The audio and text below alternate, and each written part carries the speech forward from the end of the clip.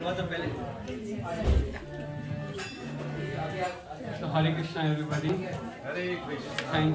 Thank you for coming on the 7th day of this Bhagavad seminars happening, Bhagavad Katha happening every day. It's very nice to see that even on the Saturday evening people are gathered to come here in such a big number.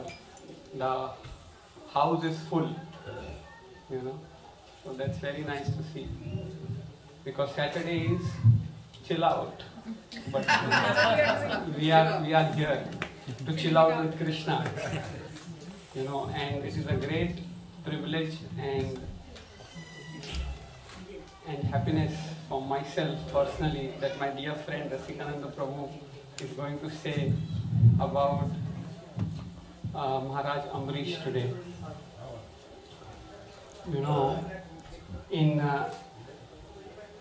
In Krishna consciousness,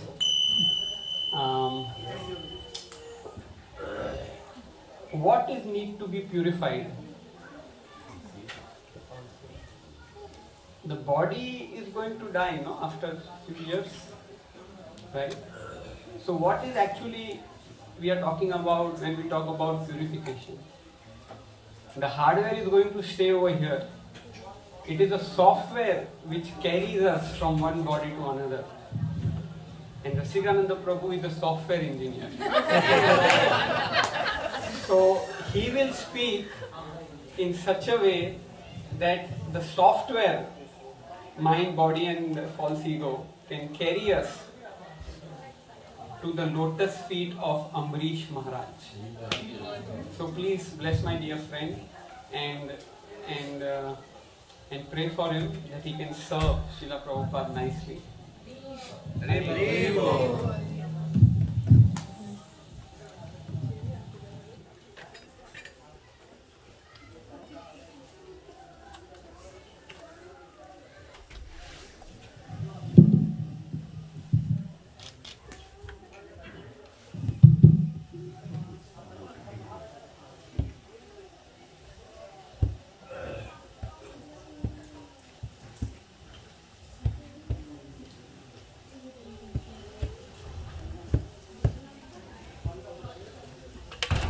Hare Krishna. So we'll start with Jai Radha Madhava.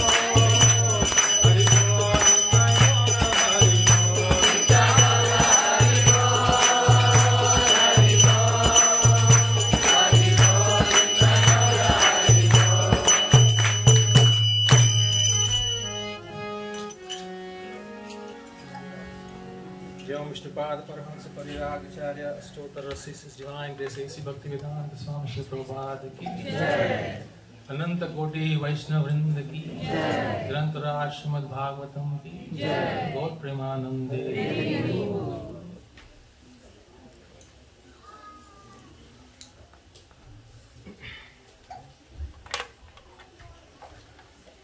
Om Namo Bhagavate Vasudevaya.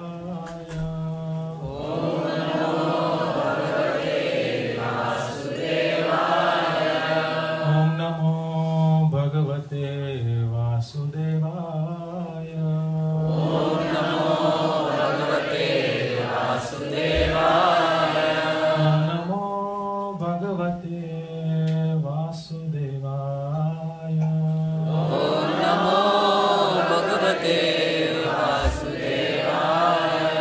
Narayanam namaskritya Naram Chaiva Narottamam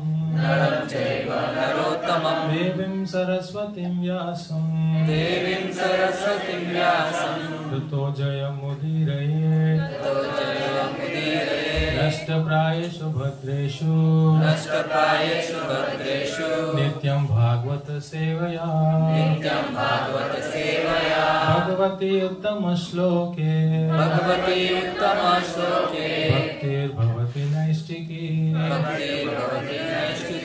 Om Jnanatimirandasya Jnananjana Shalakaya Chakshurun Militam Yena Tasmai Shri Guruve Namah Shri Chaitanya Manobhishtam Sthapitam Yena Bhutale Swayam Rupa Kadamayam Dadati Svapadantikam Vandeham Shri Guru Shri Uttapada Kamalam Shri Gurun Vaishnavamscha Shri Rupam Sagrajatam Sahagana Raghunathanditam Tam Sajivam Sadvaitam Savadutam Parijana Sahitam Krishna Chaitanya Deva Shri Radha Krishna Padam Sahagana Lalita Shri Vishakhanditamscha Namam Vishnu Padaya Krishna Prishtaya Bhutale Srimate Bhakti Vedanta Swami Niti Namine Namaste Saraswati Deve Gauravani Pracharine Nirvisesha Shunyavadi Paschata Desatarine Jai Shri Krishna Chaitanya Prabhu Nityananda Shri Advaita Gadadhar Shivasadi Gaura Bhakta Vrinda Hare Krishna Krishna Krishna Hare Hare Hare Rama Rama Rama Hare Hare.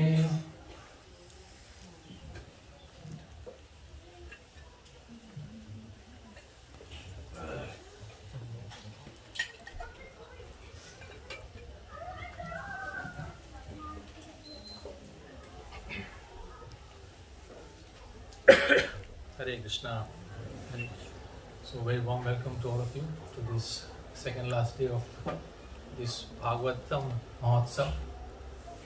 I won't call it Saptah because it's 8 days.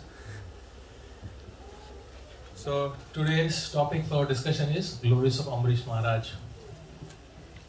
Now before I begin, I just want to tell you why I chose this topic. Actually there are many lessons to be learned from this particular story of Ambrish Maharaj.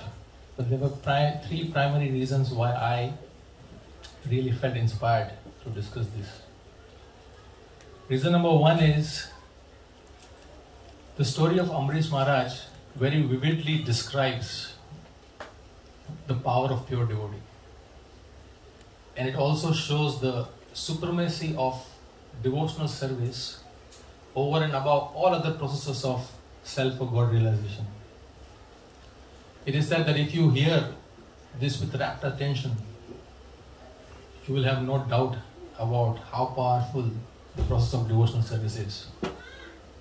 The second reason is it also shows very dramatically how Krishna protects his fully surrendered devotees in all circumstances, which we will see how Ambrish Maharaj gets protection in such difficult circumstance. And the third one is Sukadeva Goswami gives a benediction to anyone who hears this pastime. Do you all want to hear? Yeah. So Sukadeva Goswami says, I'll recite the verse, Ityetat इत्येतत् पुण्यम आख्यानम अम्बरीशस्य भूपते संकीर्तयन् अनुध्यायन् भक्तो भगवतो भवेत. The translation of this is, anyone who chants this narration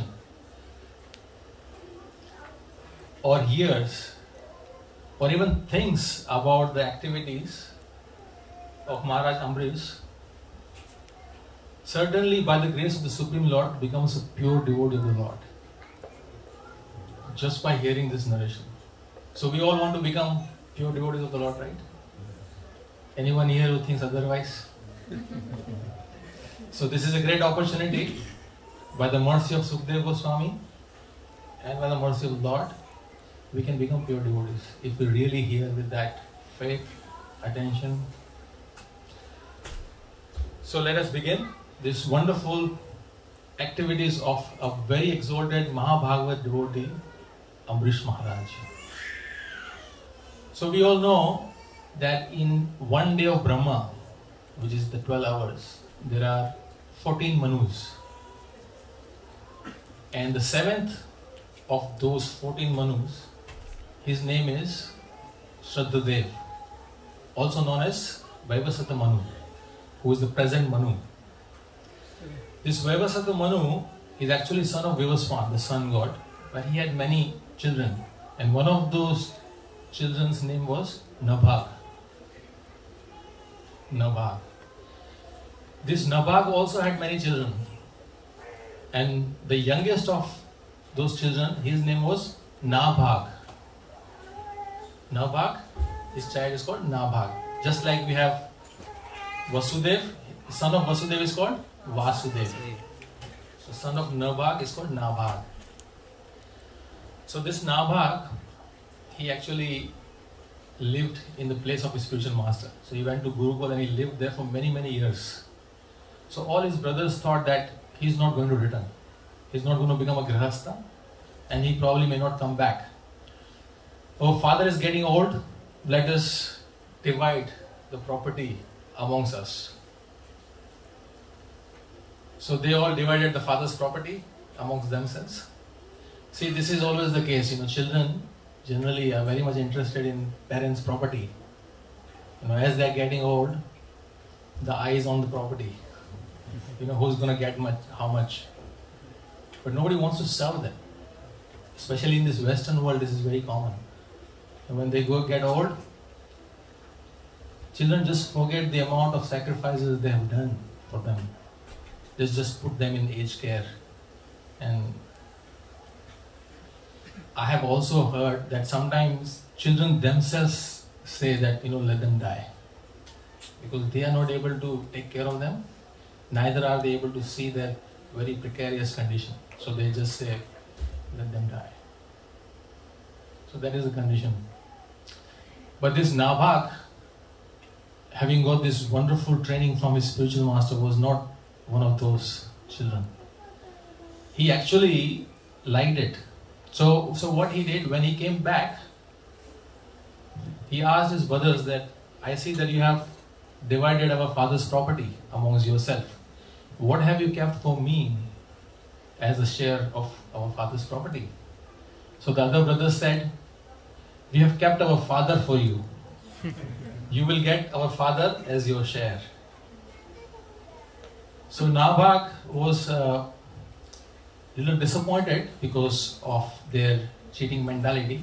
But he was, on the other hand, very happy also, because he thought that I have got this opportunity to now serve my father and repay some of the debt that, the sacrifices they have done for me. So he was happy. He got such wonderful training from his spiritual master, so he was serving the father.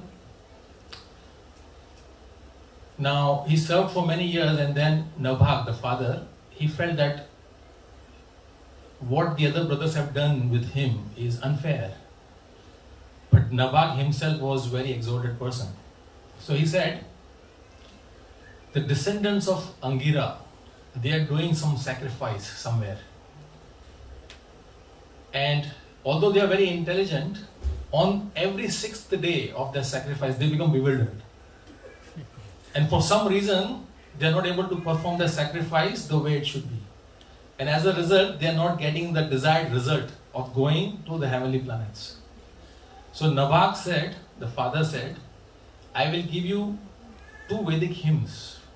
You go and describe these Vedic hymns to them. And when they chant these hymns, they will be able to successfully complete their sacrifice. And they will ascend to heavenly planets. And in the joy of ascending to heavenly planets, they will give you all the riches that they have collected for performing these sacrifices. So he said, go immediately to these sages and give these 2 mantras. So Nabhag, as being a very obedient son, he immediately goes and gives this mantra to them. And as predicted, sages were able to complete the sacrifice and they went to heavenly planets. All the riches were given to Nabhag. And they had collected a lot of riches. It is said that once Nabhag gets all that riches, he will be 3-4 times opulent than his brothers. So Nabhag was very happy to receive all these riches and he was collecting all these riches to take it back home. And at that time, a black looking person from the north came. And he said, these riches that you are collecting, they actually belong to me. So Nabhag said, no, it belongs to me. The sages have delivered it to me. Who are you to claim these riches? So he said, no, this belongs to me.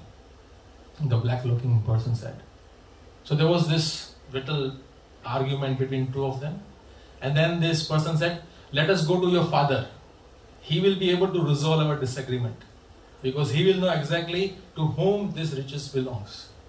So they both go.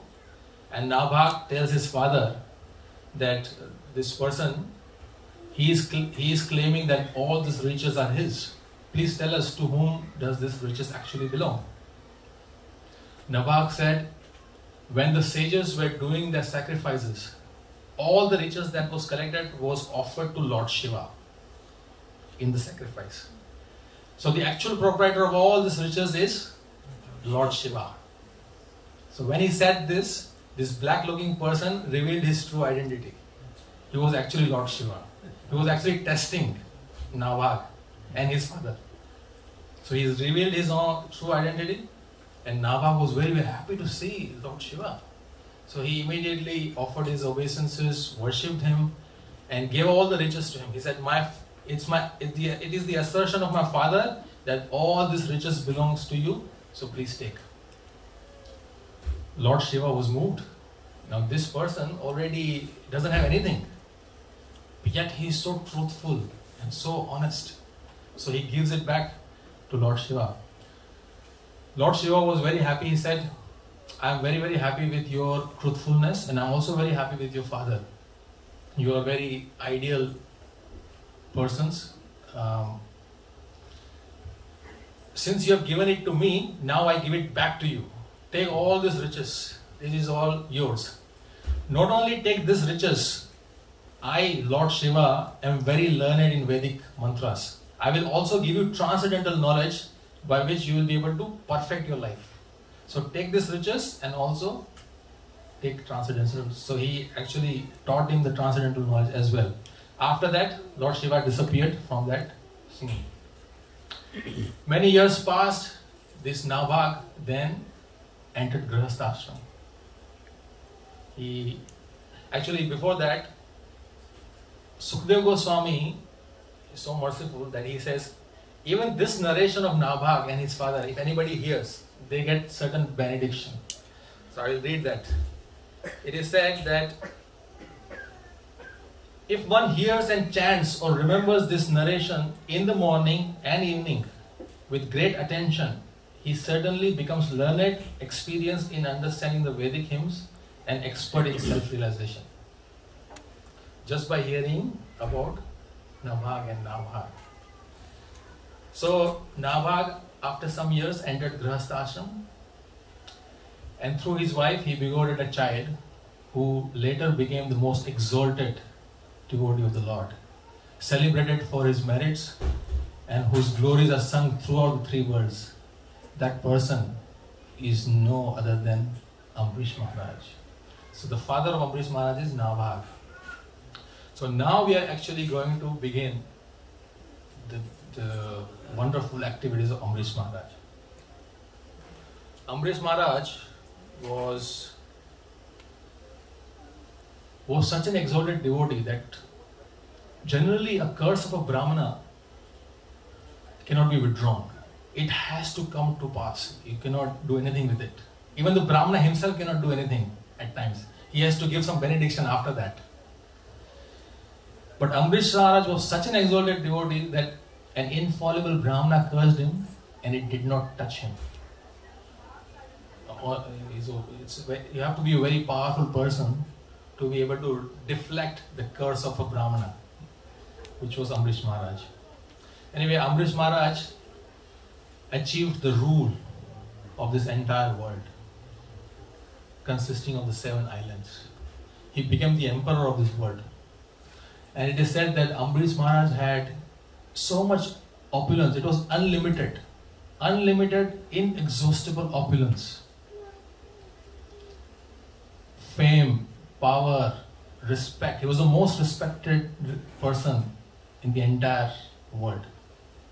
But the surprising thing is, he did not care for it at all. He just did not care for it. Why?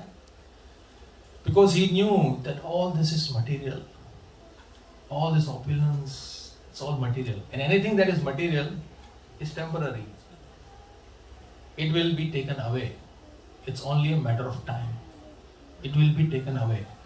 So he had no interest whatsoever. He just did not care for it. It's one thing to be detached or renounced when you don't have anything. But it's a completely other thing to have everything to an inexhaustible degree and you don't care for it. Only a very great personality can do this. Otherwise, Maya is so tricky. Even if you have little bit, you get attached to it. But Ambrish Maharaj was not like that.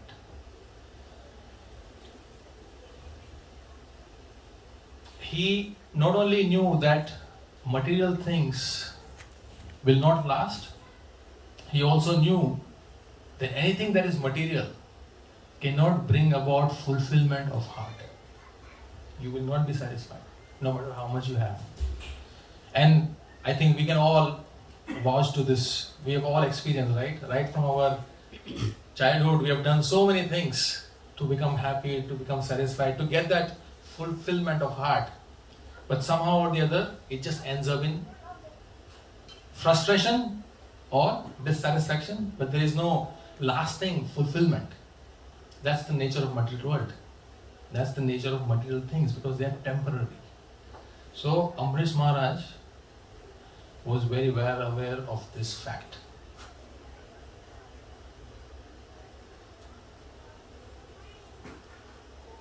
Other quality of Ambrish Maharaj was that he was completely fearless. Completely fearless. Now we may wonder, how is that possible? How can somebody be completely fearless? The reason why he was completely fearless was he had no material attachments. There was no material attachment whatsoever. When you have something material, you get attached to it. And when you get attached to it, there is a fear of losing it. Always. Attachment causes fear, because you fear losing it. But Ambrish Maharaj had no such attachment for anything. So there was no question of fear of losing.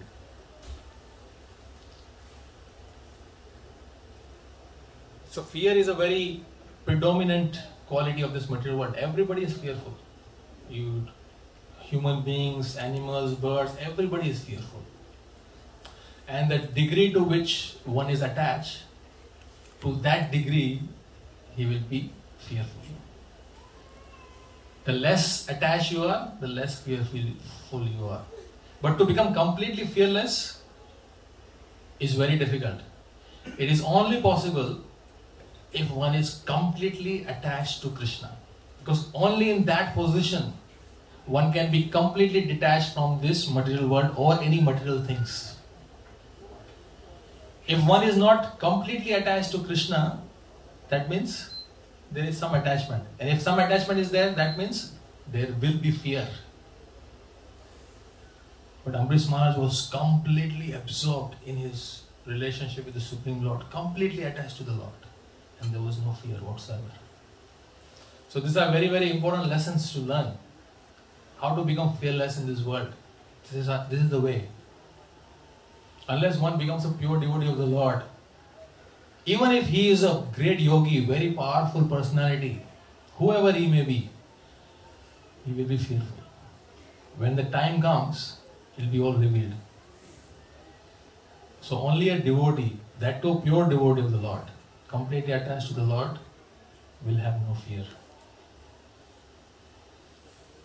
So now, we heard that Ambrish Maharaj had no attachment to any of his opulence whatsoever. So we would think that he probably just didn't care for it.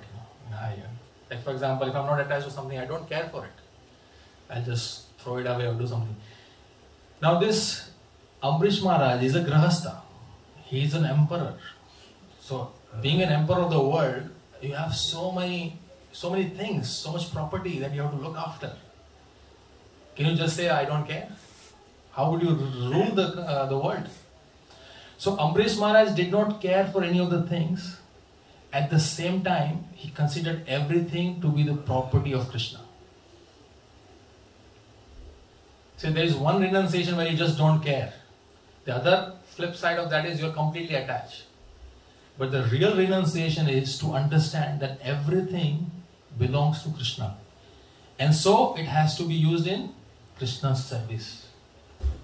That is real Vairagya. Otherwise it becomes Falgu Vairagya. So Ambrish Maharaj knew this, that everything that is there in this world is actually property of the Supreme Lord. Sarva Loka Maheshwaram. And so it has to be used in Krishna's service.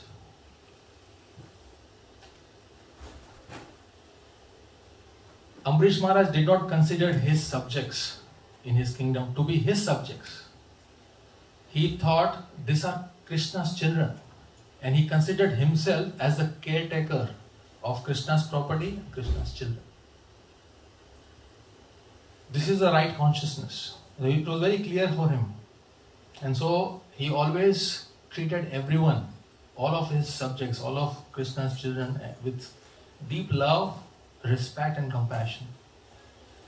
Every living entity, including plants and animals, he was able to offer proper respect because he was seeing things in true perspective, in absolute perspective of all living entities being part and parcel of the Supreme Lord. In fact, it is said that only a pure devotee can really offer proper respect. Others can only try to offer respect. The true respect can only come from somebody who has complete transcendental vision. And only a pure devotee can have that.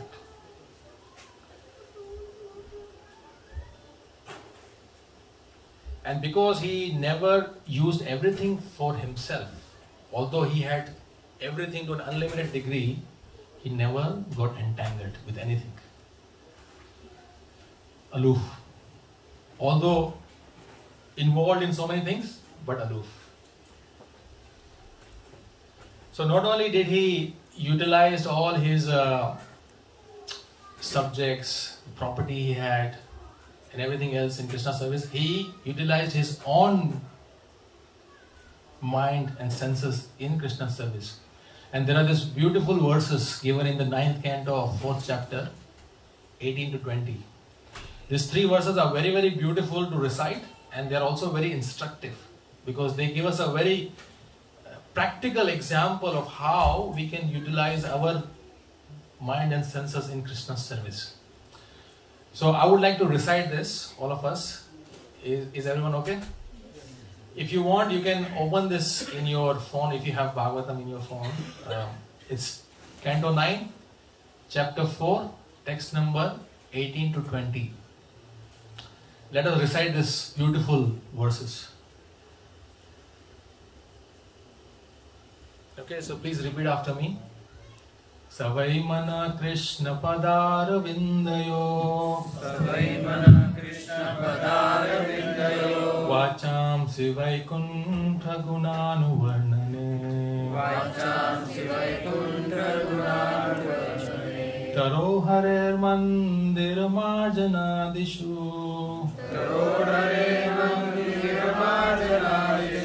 श्रुतिं चकाराच्युत सत्ततोदये मुकुन्दलिङ्गालय दर्शने दृशो तद्वृत्य गात्रा स्परसेम सङ्गमम् ज्ञानं च तत्पाद सरोज सौरभे श्रीमत्तुलस्या रसनां तदर्पिते पादौ हरे क्षेत्रपदानुसर्पणे शिरो ऋषिकेश पदाभिवन्दने कामं च दास्येन तु कामकामया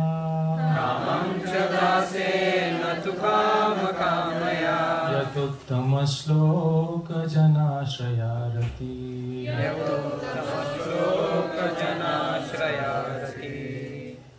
So I'll explain the meaning of this beautiful verses. Savai mana Krishna padar vindayo. Ambrish Maharaj engaged his mind in what? At the lotus feet of the Supreme Lord. This is the perfection of meditation. To meditate on void, to meditate on something other than the Lord, that is not meditation. Meditation means meditating on the lotus feet of the Supreme Lord. So Ambrish Maharaj engaged his mind in meditating upon the lotus feet of the Supreme Lord.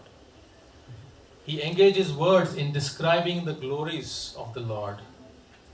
He engaged his hands in cleansing the temple of the Lord. These are very practical examples. We can all use this in our own daily life. Hands in cleaning the Lord's temple, ears in hearing the words spoken by Krishna or about Krishna.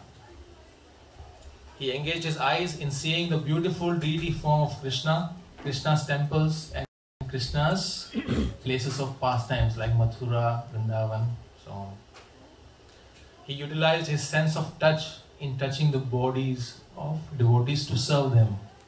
He utilized his sense of smell to smell the fragrance of tulsi leaf offered at the lotus feet of the Lord.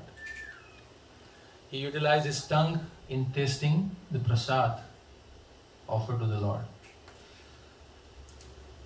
Sorry, bhoga offered to the Lord, accepting as prasad. He utilized his legs in walking into the holy places and temples of the Lord, not going to cinema, nightclubs and so on. He utilized his head in bowing down before the Lord, and ultimately he utilized all his desires in how to serve the Lord. There was no desire for sense gratification. His whole life was completely devoted to the Supreme Personality of God.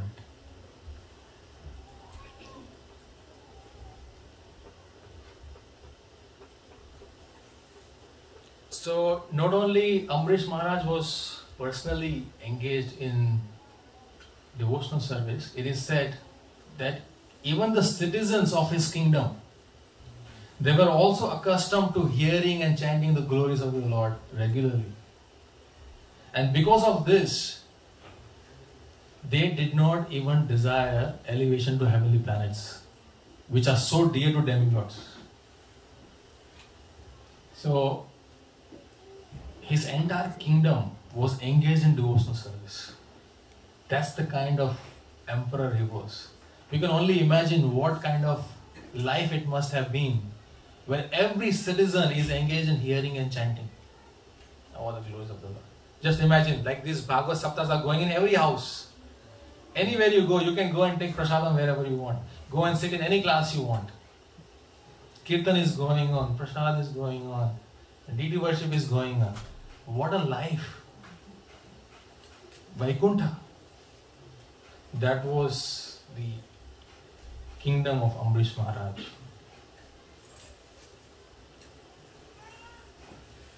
Lord Krishna was so happy, so pleased with the devotion of Ambrish Maharaj that he actually gave his Sudarshan Chakra as a gift to Ambrish Maharaj.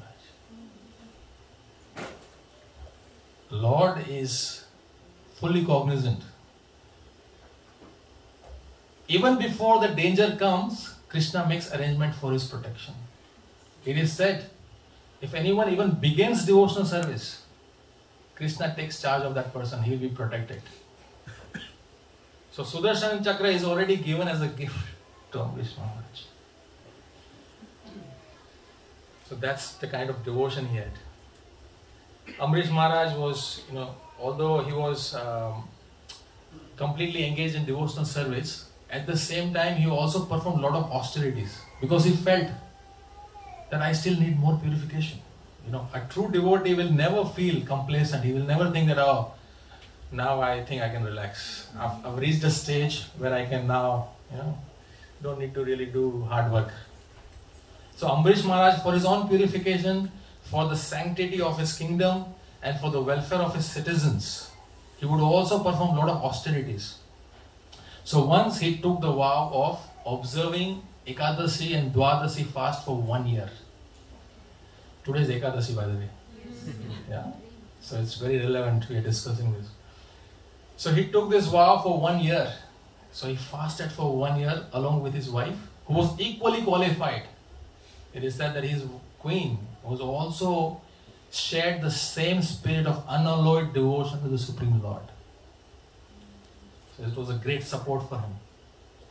When husband and wives are both in line, in tune, then devotional life is very good. You can practice both, and both of them can perfect their life. So Maharaj Ambrish had that fortune.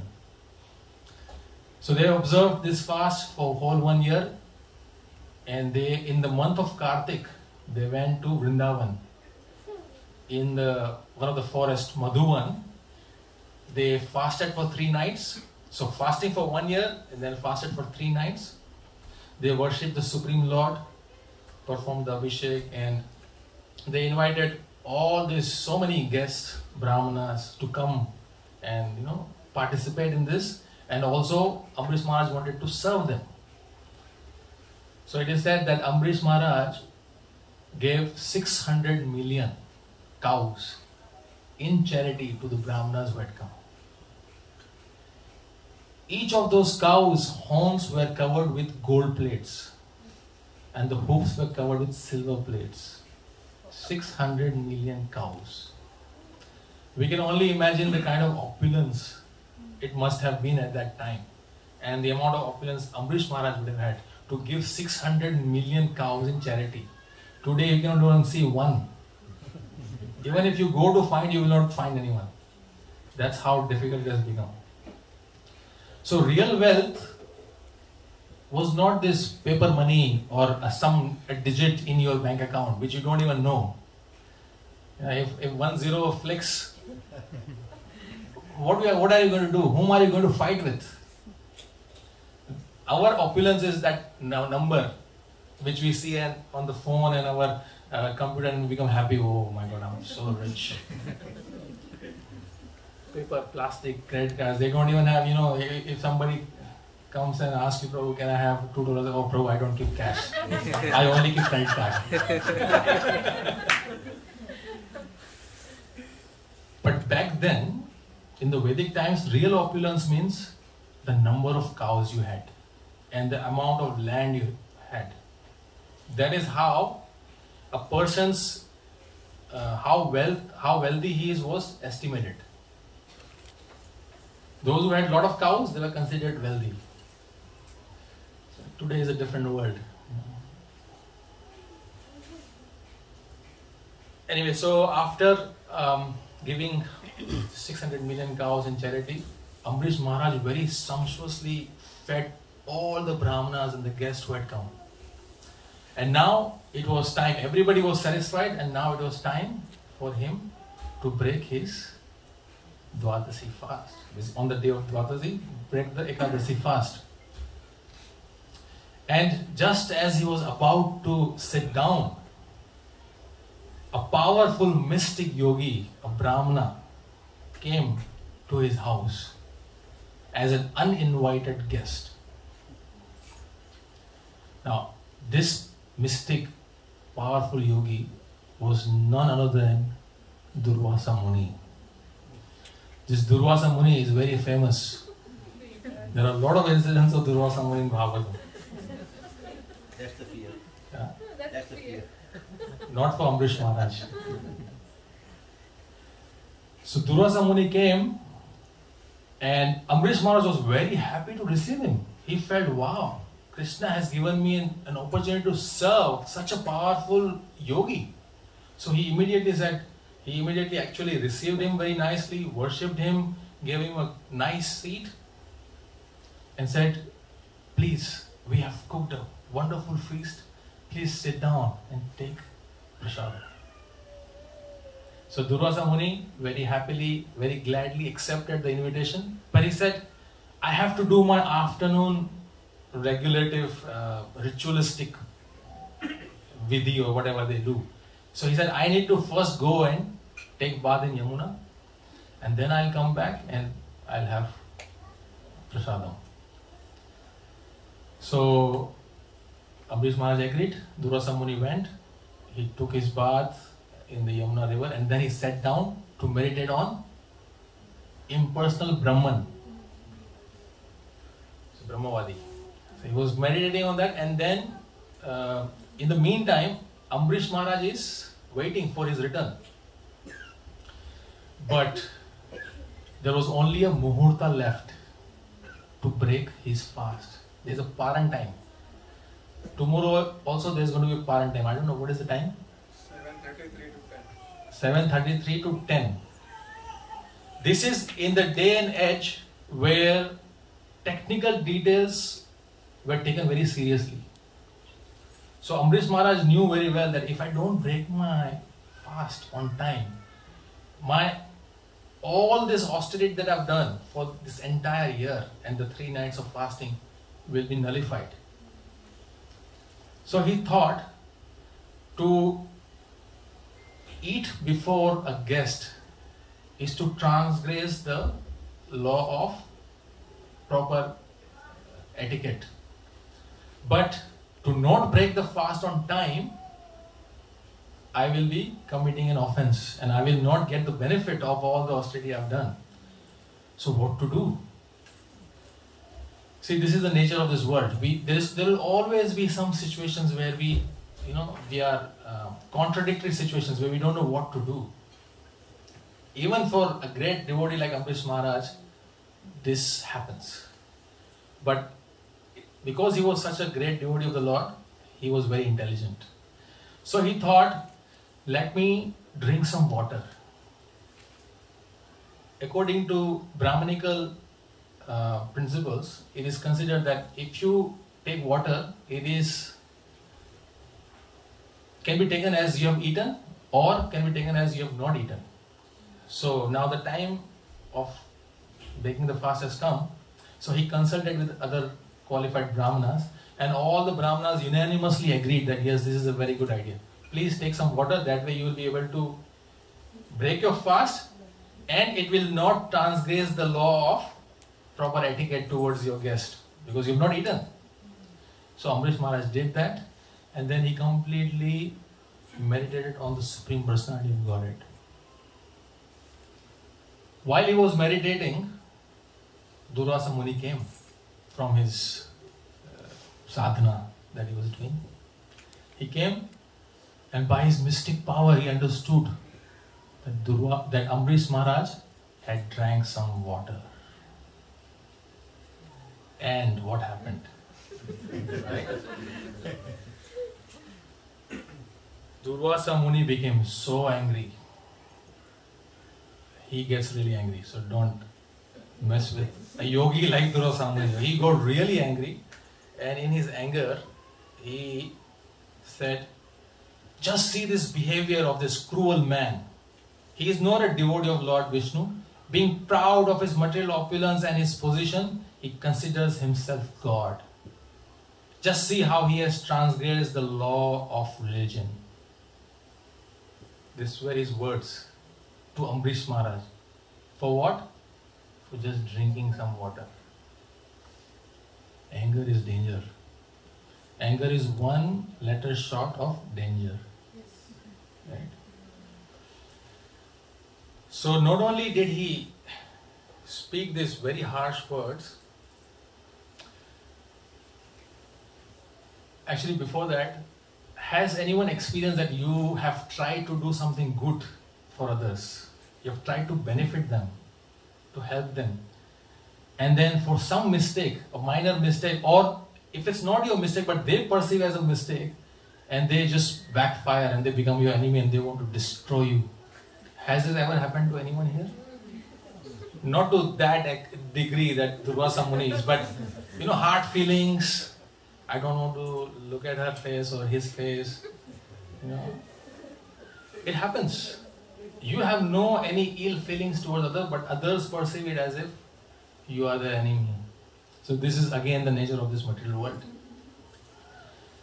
So the same phenomena happened with Durvasa Muni. But not only he spoke all these horrible words to this gentle, exalted devotee of the Lord, he became so angry, and his anger, he uprooted some of his hairs and chanted a mantra and threw it on the ground. And this created a very fiery demon, a monster. His body is made of fire. Now, to pull out the hair, especially of a yogi, it'll be matted hair. He has not put shampoo for so many years, who knows? To pull that hair out, it must have been so painful. But he did that, and this fiery demon, holding a trident on his hand, he attacked Ambrish Maharaj. And what did Ambrish Maharaj do?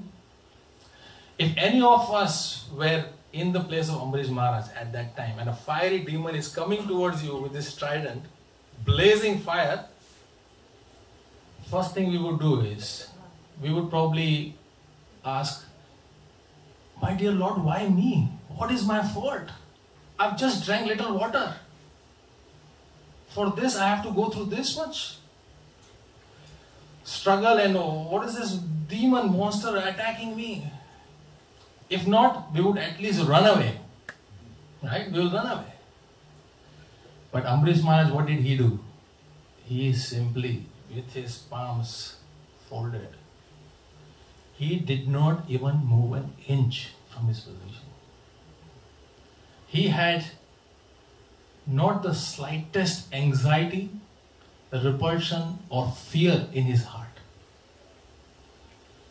Simply with his folded hand, completely meditating on the Supreme Lord, with his heart fully focused on the Lord, he said, my dear Lord, I'm yours. You can do whatever you like with me. He did not even move an inch from his position. And as he said this, the Sudarshan Chakra immediately appeared. And now Sudarshan Chakra is also emanating fire. Now here's very interesting thing, it is said that Sudarshan Chakra attacked this fiery demon whose body is made of fire and burnt him into ashes. Now this is not only incredible, it's inconceivable. How can fire burn a fire into ashes? Scientists will scratch their head. What is going on? But it happened. Sudarshan Chakra burned the fiery demon into ashes. And then it started attacking Durvasa Muni.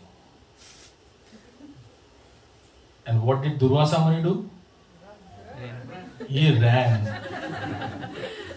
He ran for his life. Now, just for a moment, let us analyze these two personalities with all due respect to both. On one side is Ambrish Maharaj, who is performing no strict austerities compared to yogis. He just performs devotional service, and as we saw in those 3 verses, and is completely unmoved. And on the other side is a yogi. To become a yogi like Durvasa Muni, you can only imagine the amount of austerities you would have to do. Powerful yogi who can create and destroy planets. If Durvasa Muni, he had all the mystic powers that one could think of. And he was a very fast runner. So he ran. So here we see a very dramatic demonstration of the power of a pure devotee and a yogi who has achieved a very high standard in terms of his yoga practices. A devotee is just completely absorbed and surrendered to the Lord, whereas Durvasa Muni is fearful and he runs. This itself is enough for us to understand how powerful devotional service is. We don't have to do anything else. Just be completely absorbed in your service to the Supreme Lord and you are not going to lose anything. Durvasa Muni was expert. It is said that if Durvasa Muni, well, it is not said, I am saying, if Durvasa Muni were to participate in our present day Olympics, he would be gold medalist in every single sport. He will be the undisputed champion in every sport. He could run fast, he could swim, he could throw javelins and whatever. He would be the best. That's Durvasa Muni.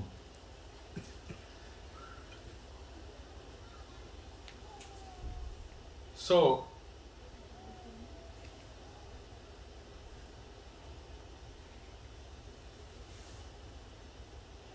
now, when the Sudarshan Chakra came to protect Amrish Maharaj, we learn that Lord Krishna protects his devotees in all situations. But it is not always clear for us to see his protection. Krishna may protect us by smashing us. Krishna may protect us by taking everything away from us. Krishna may protect us by not giving us what we want. Krishna may protect us by giving us everything.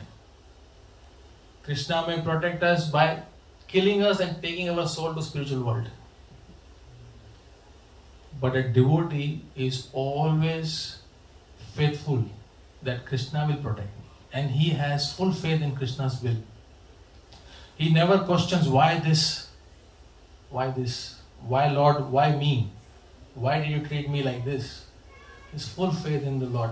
And whatever Lord does, it is good for him. He has this full faith. And so he's peaceful. So many times, devotees also say, I prayed a lot, but it didn't happen.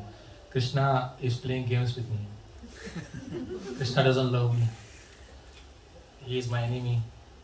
I've literally heard this from the mouth of devotees, practicing devotees chanting 16 rounds. So that is not right. Lord is our best friend, He is our best well-wisher, and whatever He does is for our good. We may not see it now, but later we will be able to see it. So we should always have faith that Lord is always going to protect us.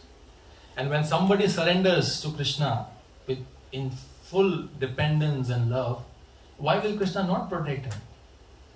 Krishna says in Bhagavad Gita, Kaunteya pratijanihi name bhakta pranashyati. Krishna will always protect. We just have to have faith.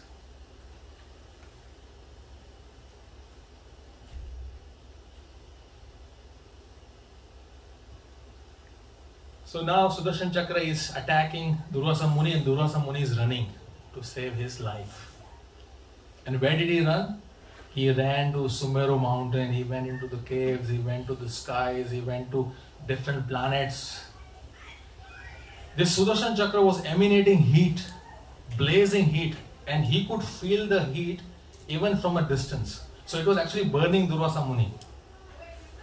Now Sudarshan is quite far, it's in distance, but still he was feeling that I'm getting burned. So he decided, let me go to the bottom of the ocean. Right? Sudarshan Chakra is emanating heat. If one goes into the bottom of the ocean, it's very cold in the bottom of the ocean. But Sudarshan Chakra followed him even there. And he could feel the same heat, same scorching heat inside the water, inside the ocean. Again, this is very inconceivable. You cannot put it in material terms. So the lesson to learn here is that Krishna can protect you in all circumstances, and Krishna is beyond the laws of material nature. We may think that, oh, I'm in this situation, how will Krishna protect me? I'm in this particular situation, I don't think Krishna will have the proper arrangement to protect me. But he can protect you. He is not bound by the laws of material nature. He is beyond it. And everything is under his control. So we should have full faith. So he went to different planetary systems and nowhere he found shelter. There was nobody who was able to help him. Finally he decided, let me go to Lord Brahma. He went to Lord Brahma, fell at the feet of Lord Brahma and prayed, this Sudarshan Chakra is chasing me. Please help me. Please help me. Lord Brahma said, you have picked up a quarrel with a pure devotee of Lord Vishnu whose flick of an eyebrow destroys the entire universe, including my residence Brahmaloka. You want me to help you? My dear friend, sorry, I cannot do anything for you. It seems Brahma did not want to get implicated in the offense offense to a pure devotee. So he said, I cannot help you. Durvasa Muni left Brahmaloka and went straight to Kailash to see Lord Shiva. Lord Shiva, again, he fell at the feet of Lord Shiva and prayed, please protect me. Sudarshan Chakra. Lord Shiva said, Lord Brahma, myself, other demigods, we are all, although we are very proud of our greatness, we are all puppets in the hands of Lord Vishnu. We cannot compete with Lord Vishnu. Lord Shiva said, I will give you a good advice. There is no one in this entire universe who can save you. The only personality who can save you is Lord Vishnu. You have to go to Lord Vishnu and beg for your protection. Then he will help you. So Durvasa Muni from Kailash went straight to Vaikuntha. And he could go to Vaikuntha. That was the kind of runner Durvasa Muni was. Went to Vaikuntha and he saw Lord Narayan sitting on his wonderful opulent seat. Again, fell at the feet of Lord Narayan, offered prayers and said, please, this is your weapon, please save me. Now, after hearing Durvasa Muni, Lord Narayan spoke the words which have echoed in the hearts of devotees for thousands and thousands of years. These are very beautiful verses. We should all hear, and this is very nice. So let us hear them. Vishnu said, I am completely under the control of my devotees. Although I am the supreme personality of Godhead, supreme absolute truth, I am not at all independent. I am completely under the control of my devotees. What to speak of my devotees? Even those who are devotees of my devotee are very dear to me. And I come under their control also. You have offended a pure devotee, Ambrish Maharaj. My devotees are completely devoid of any material desires. And because of this, I only sit in the core of their heart. And because they don't have any material desires, they only sit in the core of my heart. I do not desire to enjoy my opulences without my devotees. all this transcendental opulences I have is of no use to me without my devotees. Devotees give up their homes, wives, children, relatives, even their own lives to serve me. They have given everything. How can I give them up? Somebody who has given everything for me, how can I give them up? This is a very wonderful. Lord is revealing His own heart. The kind of devotion and the attachment Lord has for His devotees. Pure devotee is always within the core of my heart, and I am always in the heart of pure devotees. My devotees do not know anything else but me, and I do not know anything else but them. After saying this, Lord Narayan said, take my advice. The only way this Sudarshan Chakra is going to spare you is if you go back to Ambrish Maharaj, fall at his feet and beg for forgiveness. Only then, if you satisfy Ambrish Maharaj, there is a chance that you will be peaceful. I don't see any other way. A very important lesson to learn is the devotees of the Lord are very, very powerful. Even Lord Himself, devotees are more powerful than the Lord. Even Lord cannot do anything. So that's why Chaitanya Mahaprabhu said, offense to a devotee is like a mad elephant aparadha. It will destroy everything. One has to be very, very careful when dealing with devotees. Because an offense committed, even Lord Vishnu will not be able to help you. So Vishnu advised him to go straight to Ambrish Maharaj. Lord Vishnu also told him that out of self-envy, you have offended my pure devotee. Now it's very interesting, what does this self-envy means?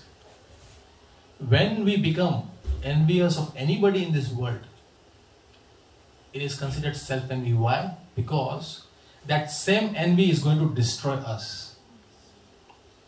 It is like holding a fireball in your hand, which you want to throw it to somebody. But before it burns the other person, it's already burning you. It's in your hand. Envy is like that. If you become envious of anybody, it's dangerous for you. You're destroying yourself.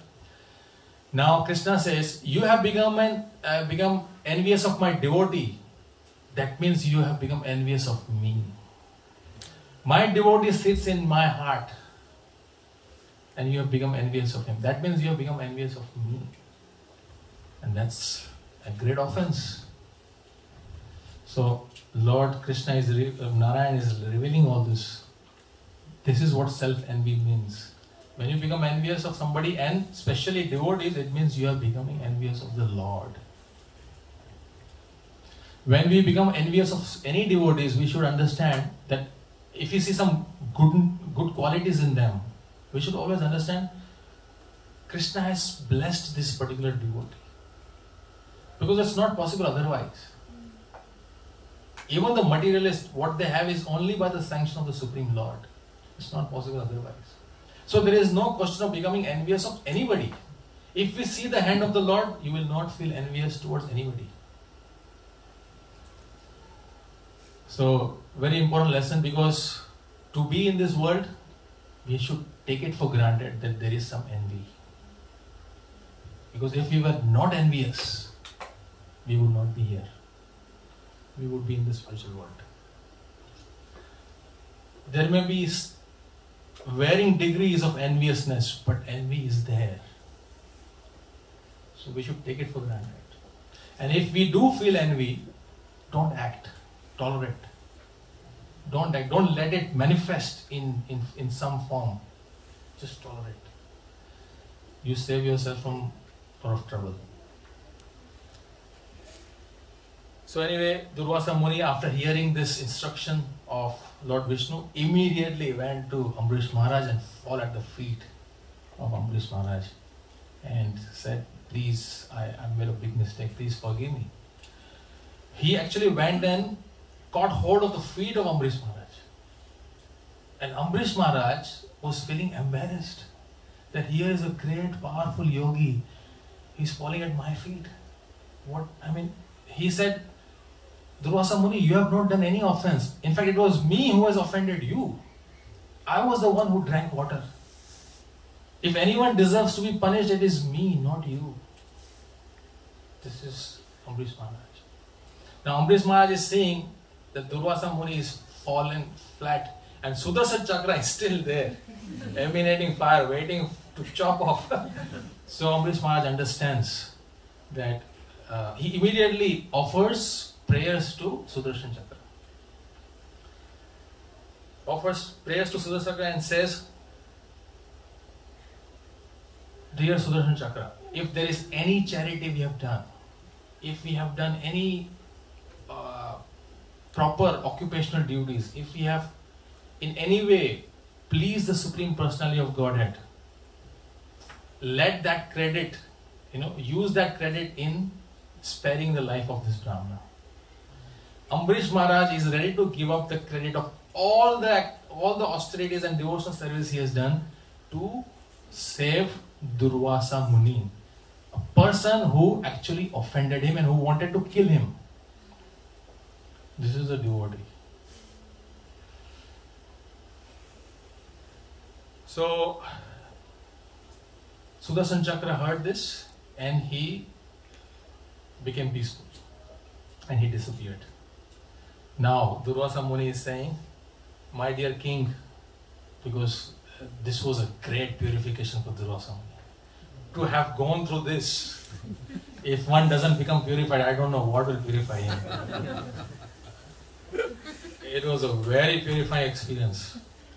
So now he is there and he is appreciating Ambrish Maharaj. He says, today I have experienced the greatness of devotee of the Supreme Personality of Godhead. I have committed an offense, but you prayed for my good fortune. Then Ambrish Maharaj says, for those who have achieved the Supreme Personality of Godhead, the master of pure devotees, what is impossible to do? What is impossible to give up? What is impossible for the servants of the Lord? By the very hearing of His holy name, one is purified. Holy name is the conclusion of Bhagavatam. One must chant holy name. Chant the holy name, which is not different from the Lord Himself. Durvasa Muni is repeating the same thing.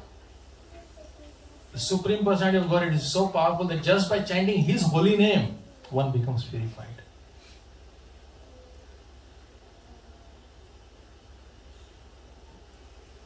O King, overlooking my offenses, you have saved my life. Thus I am very, very obliged to you, because you are so merciful. After this, Durvasa Muni was very, very happy. He was very impressed by a pure devotee of the Lord. And he said, Ambrish Maharaj, I am very, very happy with you. I am fully satisfied. Please ask me for some benediction. I will give you anything you want. I am very powerful. Although he has seen the power, he was still saying, I am very powerful and I can give you anything you want. I can create planets for you. Ambrish Maharaj said, you have been traveling for such a long time, running here and there to save your life. And when you left, you were hungry. You must have been very hungry. The only benediction I want is, please sit down and let me serve you a sumptuous feast. So, Durvasa Muni was, just see the greatness of Ambrish Maharaj. It's just amazing. He says, please sit down. And let me serve you. Now, while Durvasa Muni was running here and there, 1 year passed on earth. 1 year. And what did Ambrish Maharaj do? He did not eat. He fasted that entire year, waited for Durvasa Muni to come back. And he just drank little water to maintain his life. Whole 1 year. And now Durvasa Muni is back, and Ambrish Maharaj is pleading him that the benediction I want is, please sit down and eat. Let me feed you. So Durvasa Muni sits down, and with lot of love, Ambrish Maharaj serves this beautiful feast to Durvasa Muni, which he relished, and he was completely satisfied. And then he said, Durvasa Muni said, now I want something from you. You have served me so nicely. I want one more thing. Now you please sit down and eat. You have not eaten for 1 year. Remember the 1 year vow of Ekadasi that he had done? Then 3 nights of fasting, and then 1 year of fasting. After this, Ambrish Maharaj took his meal. And what did Durvasa Muni did after that? He said, all the blessed women in heavenly planets will sing of your spotless character throughout the time. And people in this world will also chant your glories continuously. The mystic Durvasa Muni took permission and left, continuously glorifying the king, the process of devotional service, and the beauty of bhakti. He understood that there is no one more powerful than the Supreme Personality of Godhead, but even more powerful than are his devotees. Ambrish Maharaj was engaged in devotional service, and he had varieties of transcendental qualities, and he was completely aware of Brahman, Paramatma and Bhagwan. And he executed devotional service perfectly. And because he executed devotional service perfectly, there was nothing that he was attached to of this material world. So from these stories in Bhagavatam, we understand the very high characteristics of these pure devotees and a very high standard of surrender that is required to please the Supreme Lord. Surrender is not easy, although Krishna says Sarva Dharman Parityajya. To really understand what surrender is not easy. It requires, just imagine the austerity that Ambrish Maharaj has done, just fasting. We cannot do Ekadasi also nicely. So a very high standard is set in Bhagavatam. But as Premanand Prabhu said, we cannot imitate. If you imitate, you will be destroyed. We should feel inspired, and we should pray to the Lord. Pray to devotees who have achieved that standard. Only by their blessings, only by their grace, we can be able to do 1% of what they are doing. It requires tremendous humility, tremendous devotion for the Lord. Then one can achieve that state. And in this age, one can achieve that state very easily by simply chanting Hare Krishna, Krishna Krishna, Hare Hare, Hare Rama, Rama Rama, Hare Hare. Ambrish Maharaj ki Jai.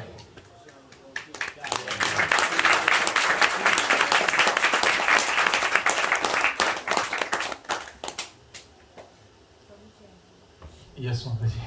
I was just thinking about Durvasa Muni. Even after, even he controlled his breath, doing so much of penance, austerities, how can he get anger for just no reason? We have heard Durvasa as a negative character, villain in the whole. Even after doing so much of penance, yogic, everything, Ask the senior devotees also. If I cannot answer this properly, I would defer to the senior devotees who are here to please enlighten us. But I will share whatever little I know. By doing yoga, one only achieves siddhis. One doesn't achieve transcendental qualities. The heart doesn't become purified. You become a powerful yogi, you have siddhis, but that doesn't necessarily make you a pure devotee. So the modes of nature, the conditioning is still there. But when one becomes a pure devotee, then he develops, or by performing devotional service, one develops all good qualities. So in the case of Durvasa Muni, although he was very powerful, he was not a pure devotee. He is not a devotee. He is not a pure devotee. So he doesn't have those transcendental qualities. That's why he is still under the control of modes of nature, anger, and lower modes. And lower modes are always competing. So devotees have transcendental qualities, and these are not time bound. When somebody cultivates transcendental quality, that is how they are. Doesn't matter. It is not dependent on the circumstance. See, Ambrish Maharaj Durvasa Muni may have been very nice, but when a provoking situation comes, then the true color comes out. In fact, Prabhupada also says, the greatness of a person is estimated in how he is able to tolerate provoking situations. Not when everything is nice and trendy, people are happy around you, and then you have no anger. The real test is in your house. With your wife or husband. So that's one. If anybody else would like to share or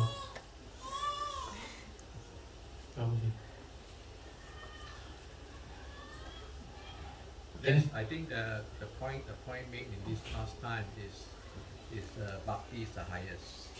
So devotional service is the highest. So if you just be practicing yoga, yogic, or any other process, you will not achieve the highest understanding. So just by doing the bhakti, which is devotional service to Krishna, then obviously automatically all these good qualities will come up. So that's why when we become a devotee, it's not that we become powerful, we become got a lot of power. That's what a lot of Chinese people like to say. They become initiated, they got power.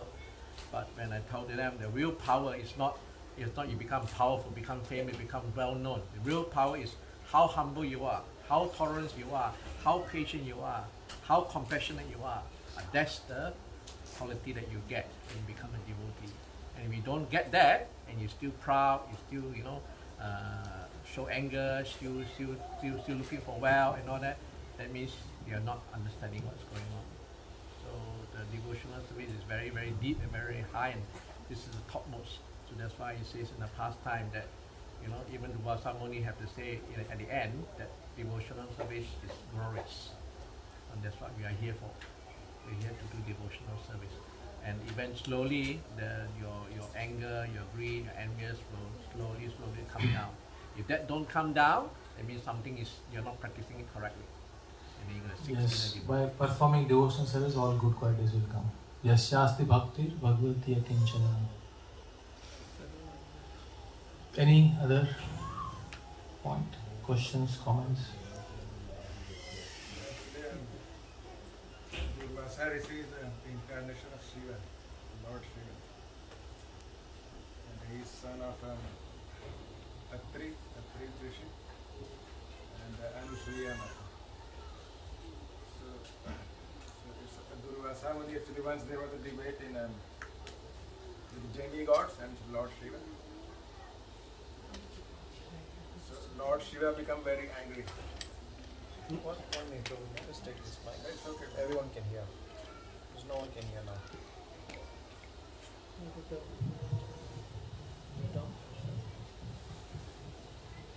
It's Durvasa is the incarnation of Lord Shiva. And so once there was a debate between Lord Shiva and the demigods. And the anger of Shiva, because the demigods actually didn't keep asking the questions. Even after understanding the truth, Lord Shiva becomes very, very angry. So he was so angry, and then Atri Rishi and Anusuya, they were actually praying. And the anger of Shiva, actually then it went to the womb of Anusuya.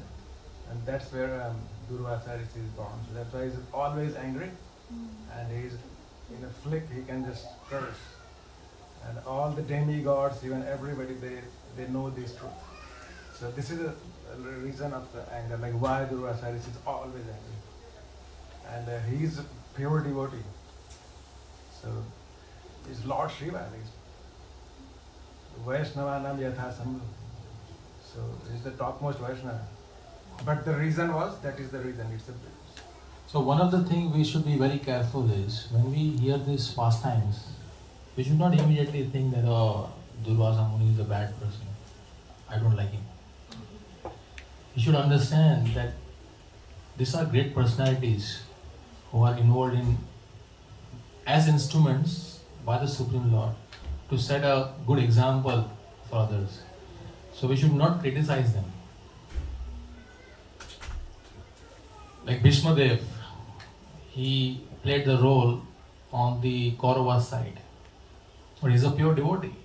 So anyone, if he thinks that Bhishma Dev, why, they'll be committing offense. So don't go on the characters, learn the lesson that this pastimes teaches. For a person to go to Vaikuntha and pray and see Lord Narayan is not ordinary. So we have to understand this is being orchestrated by the Lord to teach a particular lesson. And this whole pastime, Ambrish Maharaj teaches us that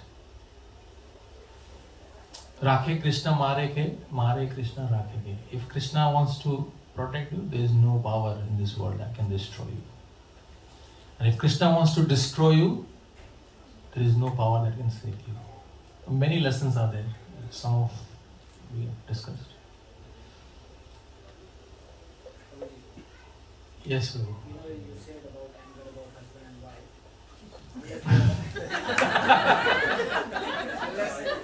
unless they are abusive to each other, that's a real anger, that's a real bad character. But normal anger is allowed, it's not anger. Thank you for sharing. I didn't know that. Where is Subha Mata ji? Sab theek hai na Mata ji? Yes, Isha Guru, yes. Durvasa means one who is hard to live with.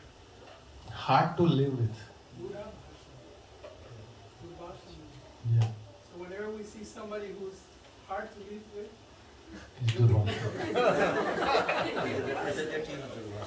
Yeah. Just want to add one point. Anger is one of the hardest to let go in the 6 anattas, envy and anger. So if one refer to the pastimes of the Lord of Jaya Vijaya, so you can see that Krishna killed six particular demons, right? Starting with Hiranyaksa all the way down to Dantavakra. So each demon that Krishna kills represent one of the anattas. So Hiranyaksa started with greed, and then from there to Hiranyakasipu is pride, and then to Ravana is lust, and then Kumbhakarna is illusion, and then Shishupal is envy, and Dantavakra is anger. So that means his anger is the last to kill in our devotional life. It's the hardest to get out. Even though how old you are, how young you are, anger always comes. So unless you can recognize that, then you have to practice devotional service nicely. Then anger can get out, because we always will be angry in whatever age we are. So the other first 4 is quite gross, which is easier to get out, especially with greed and lust and all that. But envy and anger is the hardest to get out. So we have to practice our sadhana nicely, pray to the Lord, then eventually we can come up. Otherwise, it's very difficult. So that's why the Lord killed them last. And why we come up first? Why greed come up first? Anyone knows? Why? When we fell down from the spiritual world, the first thing we want is greed.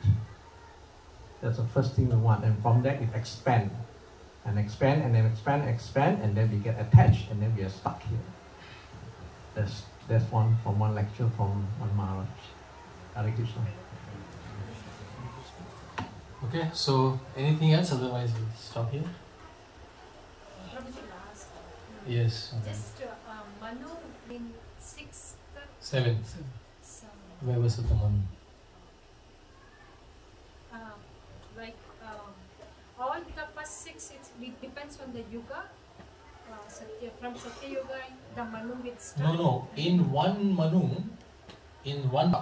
there are 71 Divya Yugas. And one Divya Yuga is one cycle of Satya Yuga, Dwapar Yuga, Treta Yuga and Kali Yuga. Like that, 71. That is the lifespan of one Manu. Like that, there are 14 Manus in one day, 12 hours of Brahma. Make sense? We told me in the class, again it's just a repetition. Yeah, it's a long time. 71 Divya Yugas. So,